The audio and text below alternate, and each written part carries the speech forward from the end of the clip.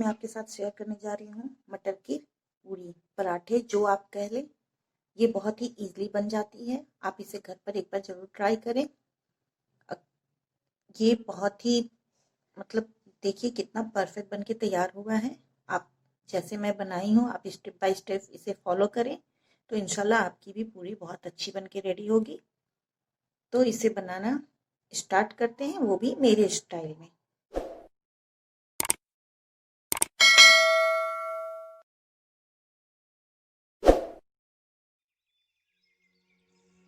मैं थोड़ा सा तेल डालूंगी, बस ज़्यादा नहीं, 1 टेबल स्पून के करीब। तेल हमारा अच्छे से गर्म हो जाए।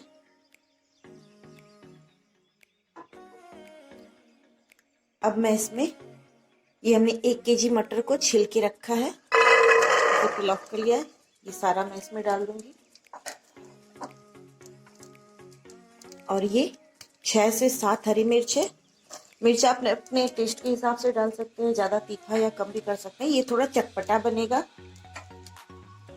और यहाँ हमने 1 टीस्पून काली मिर्च ली है, 6 से 7 कलियां लहसुन के लिए। आप लहसुन भी स्किप कर सकते हैं, अगर आप नहीं खाते हो तो हटा सकते हैं, मगर ये डालने से बहुत अच्छा फ्लेवर और टेस्ट आता है। और 1 टेबल स्पून नमक डालना है। नमक भी आप अपने टेस्ट के हिसाब से ले सकते हैं, कम या ज़्यादा कर लें। अब मैं इसे अच्छे से मिक्स कर लूँगी।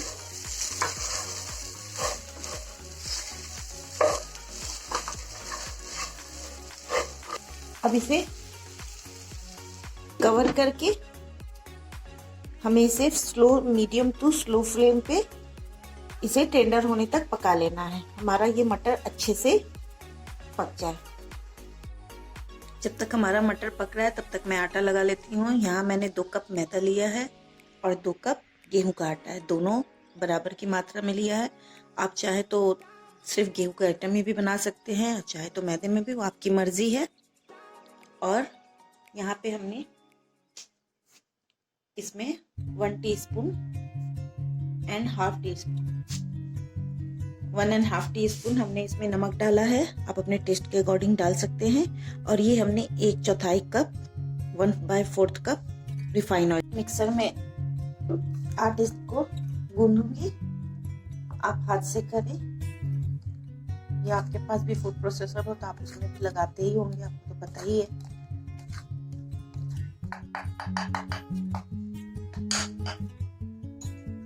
अगर आप हाथ से आटा गूंद रहे हैं तो आप एक बाउल में दोनों को मिक्स करें, नमक डाल के, ये रिफाइन ऑयल भी इसी में डाल के इसको हाथे से पहले अच्छे से मैश कर लें, फिर उसके बाद पानी डाल के आटा लगा लें।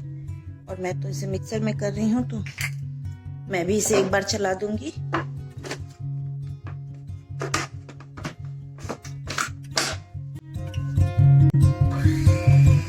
अच्छे से रिफाइन और नमक मिल चुका है। अब मैं इसमें थोड़ा थोड़ा पानी डाल के इसका अच्छा सा इस आटे का डो तैयार कर लूंगी।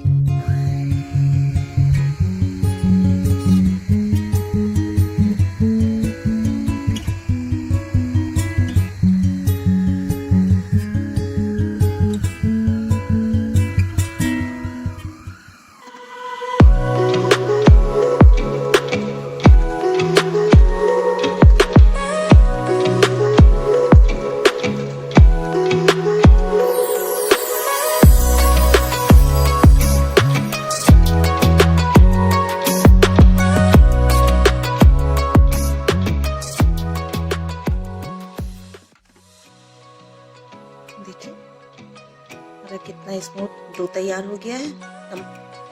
ये ना ज़्यादा टाइट है ना ज़्यादा लूज है, ये बिल्कुल मीडियम सॉफ्ट में है। अब मैं अपने आटों का ये पेड़ा बोने, बॉल्स बोने या लोई जो आप बोले, इसकी मैं सारे इक्वल पार्ट में एक बराबर का ऐसे गोल गोल, ये देखिए इतना बड़ा बड़ा ये मैं लोई बना लूंगी। सारे आटों का हमें इसी तरह बना लूंगी। 10 मिनट हो चुके हैं। अब मैं अपने मटरों को चेक कर लेती हूँ। ये देखिए इसका सारा पानी ड्राई भी हो चुका है और ये अपने ही पानी में अच्छे से कुक भी हो चुका है। मैंने अलग से इसमें जरा भी पानी नहीं डाला है।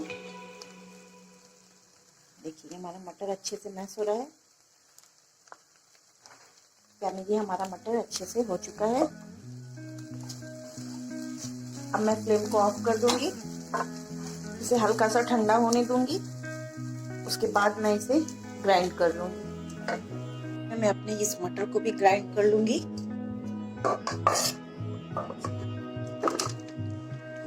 सारा इसमें चला गया। तेल को हमने चेंज किया है। ये हमने जिसमें आटे को डो बनाया है, मैंने उसे धोया भी नहीं है क्योंकि ये गीला हो जाता। हमें इस पॉट को ड्राई रखना है। ये अच्छे से हो चुका है।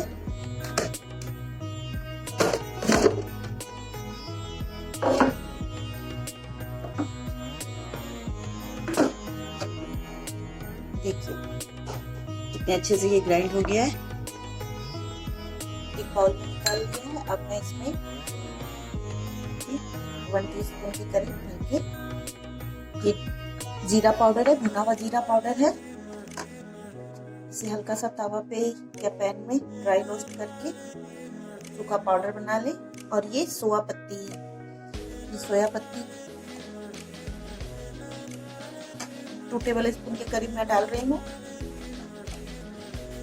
अब इसे हमें अच्छे से अपने हाथों से इसे मैश कर लेना है।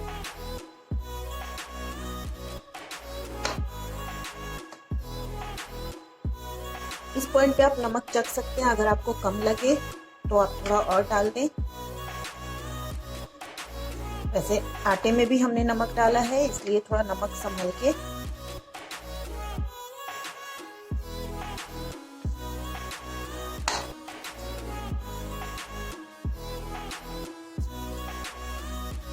ये अच्छे से मैश हो गया है।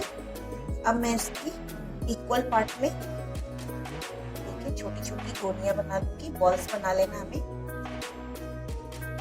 ये इतने बड़े साइज का। आटे की लोई के हिसाब से है, जितना बड़ा लोई उसी हिसाब से आप बनाएं। ये मेरा इतना बड़ा सही है। सारे बॉल्स बन के सूखा आटा थोड़ा सा लगा के ये देखें ऐसे एक ये लोई लूंगी और इसे मैं ऐसे प्रेशर देते हुए ऐसे ऐसे गोल गोल घुमाते हुए इसे कटोरी की तरह शेप में ले आऊंगी। उसके बाद मैं उसमें एक ये मटर की बनी हुई ये बॉल डालूंगी और इसे अच्छे से प्रेस देते हुए ऐसे ऐसे करके मैं इसे बंद कर दूंगी।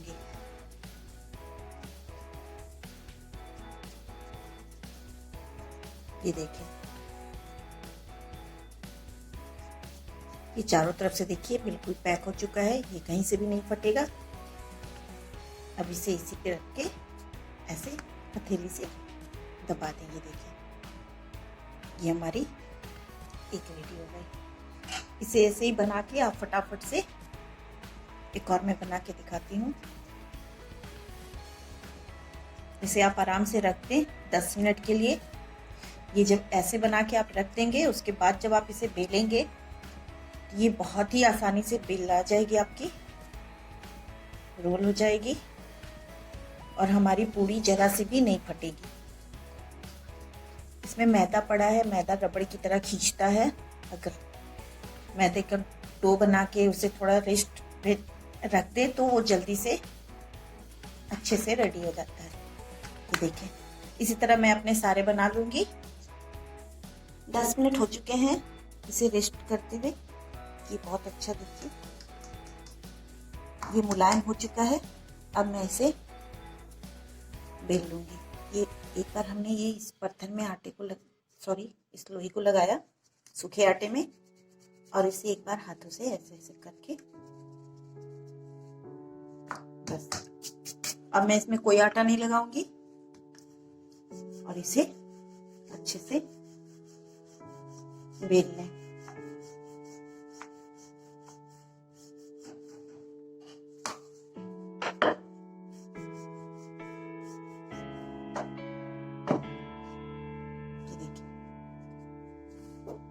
अब इसे मैं सेक लूं। गैस पे एक पैन चढ़ाया है। ये हमारा हीट हो चुका है। अब मैं इसमें ये अपने मटर के पराठे को रख दूंगी। देखिए एक तरफ से सिक चुका है। अब मैं इसमें थोड़ा सा ऑयल डालूंगी। आप इसमें कोई भी कुकिंग ऑयल डाल सकते हैं, आपको जो पसंद हो। ये सरसों के तेल में भी हो जाता है, रिफाइन में भी होगा, घी में भी होगा, ऑलिव ऑयल में, जिसमें भी आप। देखिए हमारा एक तरफ से सीख चुका है अच्छे से, और दूसरी तरफ से भी अच्छे से सीख रहा है।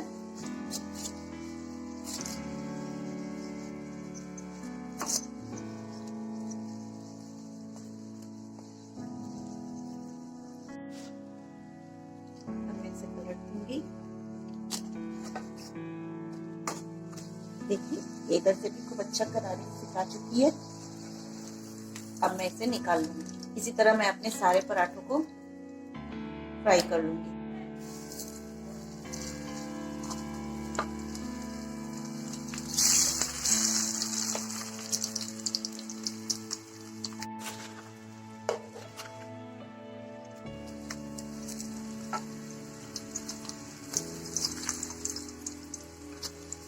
फ्लेम हमारा मीडियम टू हाई है।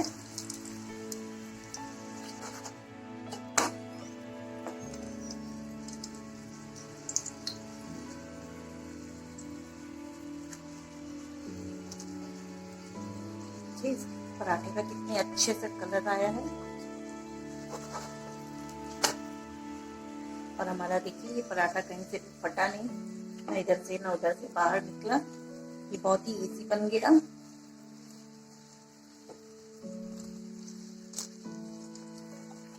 मटर को हमेशा एकदम ड्राई करके ही उसे ग्राइंड करें। थोड़ा सा भी पानी रहेगा मटर में तो हमारी पूरियां अच्छी नहीं बनेगी, वो गीला हो जाएगा, जिससे हमें परेशानी होगी। इसी तरह मैं अपने सारे पराठे बना लूंगी।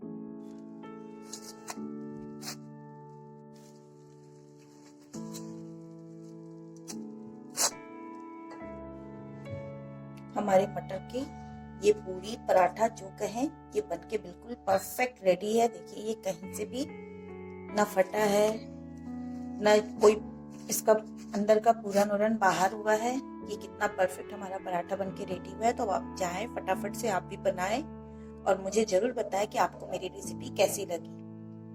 और अगर आप मेरे चैनल पे नए हैं तो प्लीज सब्सक्राइब का बटन दबाएं। उसके बगल में जो बेल आइकन है उसे भी दबाएं, ताकि मेरी सारी वीडियो आपको सबसे पहले फ्री में देखने को मिले। वीडियो अच्छी लगे तो लाइक कर दें। चलती हूँ, दुआओं में याद रखिएगा। इंशाल्लाह फिर एक नई और अच्छी सी आसान सी रेसिपी के साथ लौटूंगी। तब तक के लिए अल्लाह हाफिज।